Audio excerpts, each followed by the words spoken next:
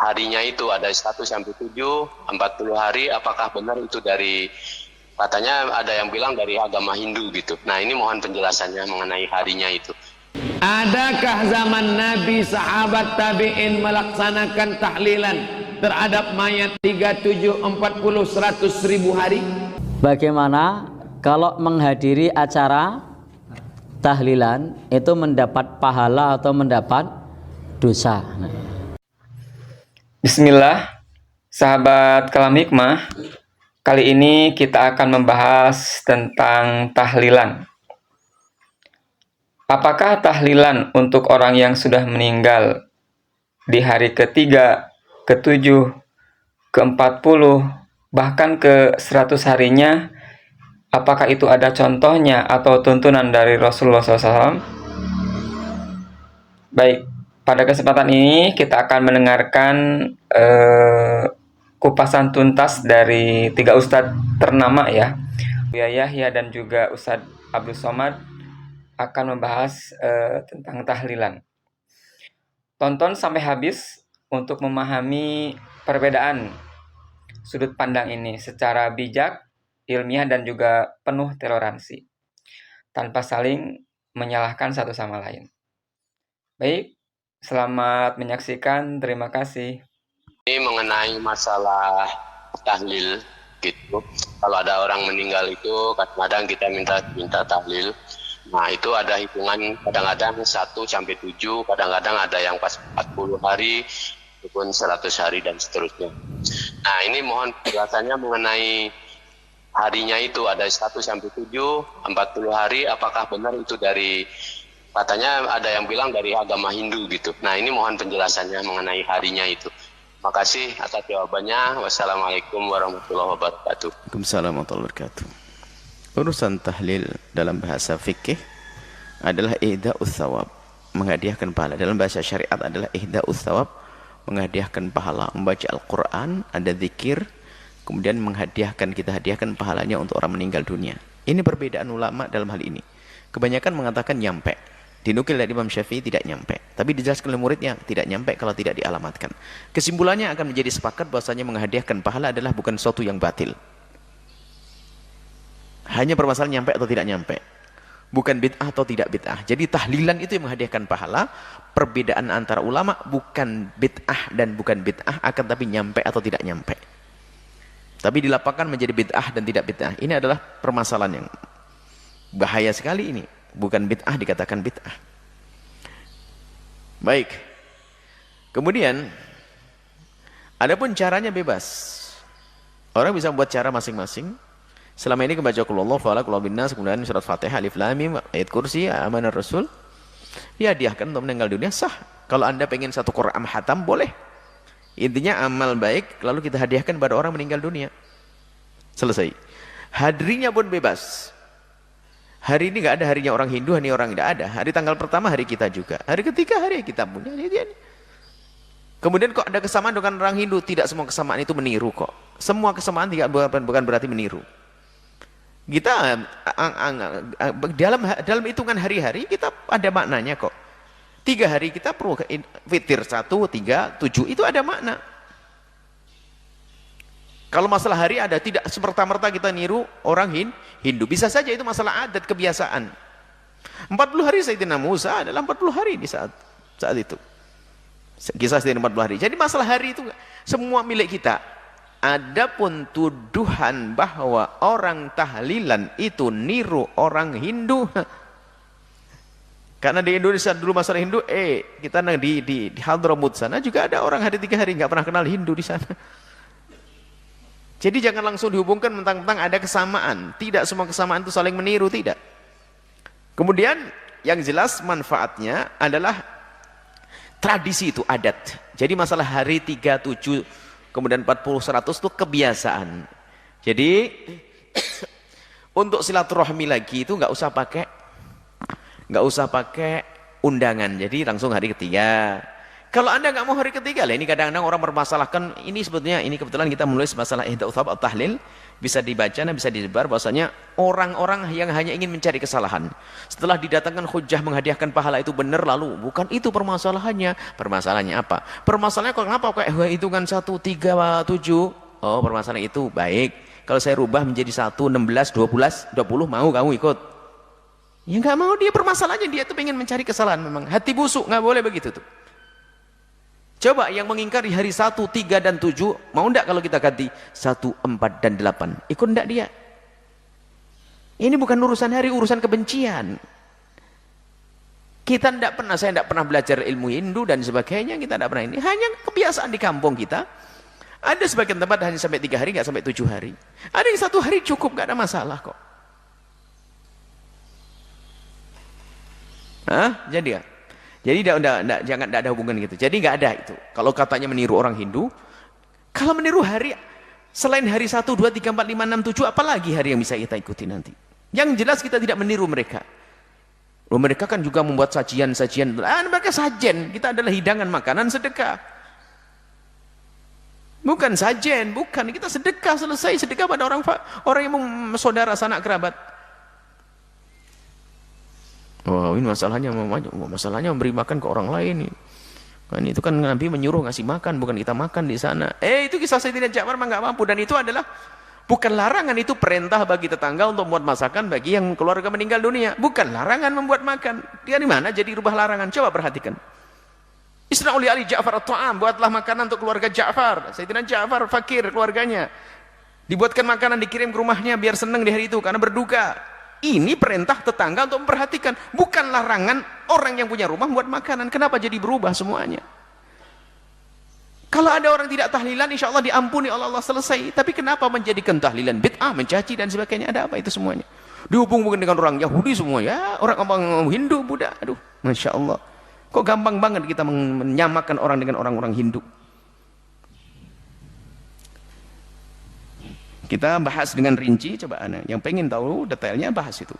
Kita bahas tentang apa itu masalah ihda uthab, berkumpul membuat makanan, masalah 3 hari, kemudian ada beberapa hal itu ada. Kita terangkan. Semoga Allah melembutkan hati kita agar kita tidak mudah mencaci siapapun, merendahkan siapapun, dan semoga Allah menunjukkan kepada kita kebenaran sebagai kebenaran untuk kita ikuti, dan kebatilan sebagai kebatilan untuk kita tinggalkan. Wallahu a'lam.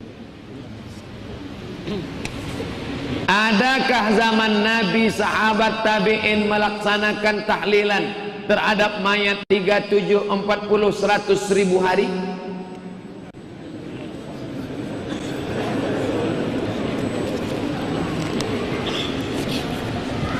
Abu Hurairah sebelum tidur malam, maka dia memetik tali yang dia simpul 2000 simpul, alfa uqdah, 2000 simpul. Setelah itu barulah dia tidur malam, 2000 simpul. Subhanallah, subhanallah, subhanallah, subhanallah. Itu tidak pernah dilakukan Nabi. Jadi jangan pertanyaannya, pernah nggak dilakukan Nabi? Pernah nggak dilakukan Nabi? Abdurrahman bin Auf, kalau dia masuk rumah, dia baca ayat kursi di 4 pojok. Ayat kursi, ayat kursi, ayat kursi, ayat kursi. Buka dalam kitab Syiar A'lam An-Nubala, ditulis oleh Imam Az-Zahabi. Tidak pernah dilakukan Nabi. 7 hari, 40 hari, buat kenduri, bagi makanan, kirim doa. Tidak dilakukan Nabi. Tidak dilakukan Abu Bakar, Umar, Utsman, Ali, sahabat Nabi. Tapi ada dalam fatwa tabi'in, namanya Imam Atha. Kata Imam Atha, ulama dari kalangan tabi'in, orang yang meninggal dunia, maka dia diuji di kuburnya selama 7 sampai 40 hari, maka dianjurkan bersedekah dan berkirim doa. Andai saya mati, keluarga saya akan bersedekah selama 40 hari. Pergi ke panti jompo, ke panti yatim, berikan makanan terus. Ya Rasulullah, ummi matat, emakku mati, apa atasaddaqu anha? Apakah aku boleh bersedekah? Kata Nabi, tasaddaq, bersedekahlah engkau. Ayyus sadaqatu afdal, sedekah apa yang paling afdal? Saqiyul ma', memberi air minum. Pernah kamu beli air minum? Enggak pernah. Pernah kamu kasih air minum botol? Enggak pernah. Lalu kamu sedekah apa? Sumur bor. Mantap. Nah, tapi jangan sampai gara-gara tradisi ini yang miskin, yang susah sampai ngutang bubur kacang hijau. Sudah jatuh ditimpa tangga, diterkam kucing. Maka kita pesan ke dia, Pak, kami tahu bapak tak mampu, istrimu meninggal dunia, maka kamu jangan ngutang-ngutang, kami yang akan bawakan makanan. Karena kata Nabi, isna'u ta'aman li ali Ja'far, Ja'far sudah mati meninggal, buatkan makanan untuk keluarganya karena dia sudah susah. Tapi bagi yang kaya, kebun sawitnya lebar, ada tambak udangnya, ada tambang batu baranya, dia mau bersedekah silakan. Yang takut makan, ada kata sambutan dari ahli waris, Bapak Ibu sekalian, ini makanan yang ada ini bukan harta utang, bukan pinjaman, bukan warisan bapak kami, ini murni sedekah saya, anaknya yang kaya. Apa kalian tak tahu bahwa saya ini kaya? Baik, ini pertanyaan sensitif ini. Ya, bagaimana kalau menghadiri acara tahlilan itu mendapat pahala atau mendapat dosa? Nah, ini pertanyaan yang kalau dijawab ini tidak akan habis. Ya. Jadi tidak akan habis. Baik. Yang pertama terkait mengenai bab ini, bahwa di dalam agama kita tahlil itu satu ibadah yang utama. Kenapa? Karena memang tahlil itu ucapan la ilaha illallah. Itu adalah ucapan yang pahalanya besar. La ilaha illallah. Tiada sesembahan yang berhak disembah melainkan Allah. Dan ini adalah hakikatul dakwati rusul, hakikat dakwah para rasul. Itu adalah la ilaha illallah. Tidak ada sesembahan yang berhak disembah melainkan Allah Subhanahu wa ta'ala. Orang yang mengucapkan ini di akhir hayatnya insya Allah masuk surga. Man kana akhiru kalamihi la ilaha illallah dakhalal jannah. Barang siapa yang akhir perkataannya la ilaha illallah masuk surga. Bahkan ini adalah cabang keimanan yang paling tinggi, itu adalah la ilaha illallah. Itu terkait tahlil. Tetapi kalau yang dimaksud oleh penanya adalah tahlilan, ritual kematian, baik hari ke mulai dari berapa? 7 atau 40, 100, 1 tahun, kemudian 2 tahun, 1000 hari, maka hal tersebut tidak ada tuntunannya di dalam agama kita. Dengan formasi yang kita kenal, itu tidak ada tuntunan mengenai rangkaian tersebut, hitungan-hitungan hari tersebut, atau bahkan yang pakai ubur rampe tertentu harus dengan apa, ini dan itu, ada kembang kemenyan, ada apa namanya, sesaji misalnya, maka itu jelas tidak ada tuntunannya. Dan tidak boleh kita berdoa kepada Allah di situ disandingkan dengan sesaji, disandingkan dengan hitungan-hitungan yang diperoleh bukan dari syariat agama kita.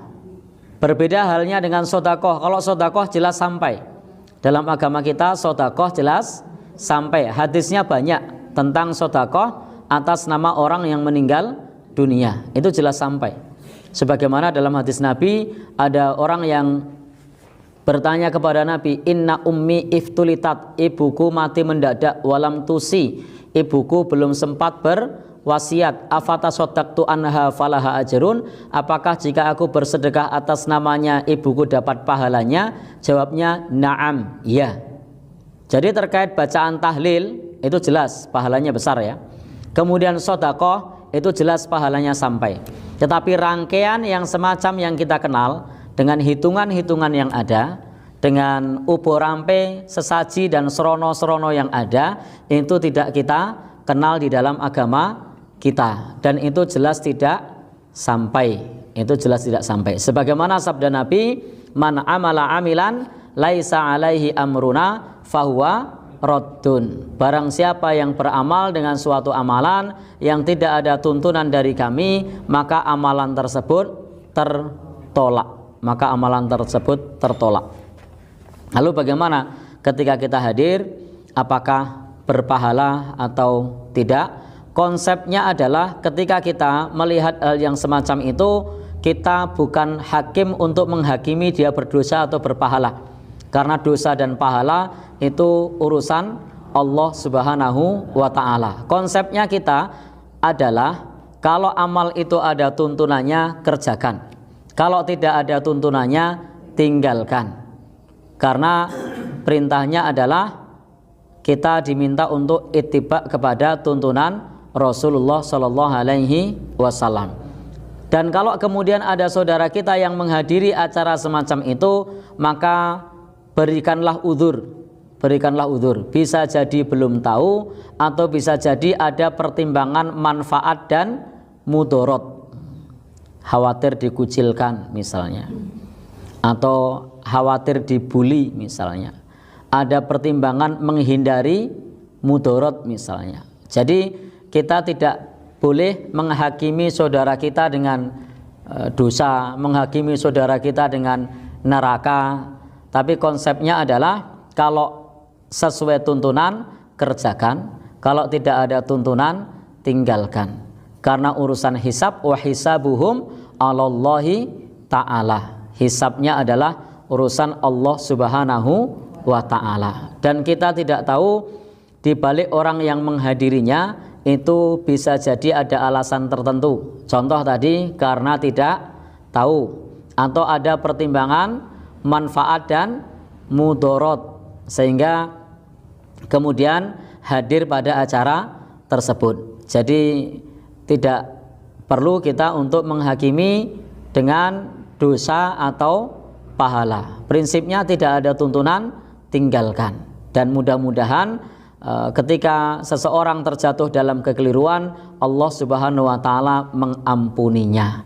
Dan hendaknya kita terhadap orang yang berbeda pandangan dengan kita, hendaknya kita tidak perlu untuk kemudian menghakimi dengan dosa, menghakimi dengan neraka.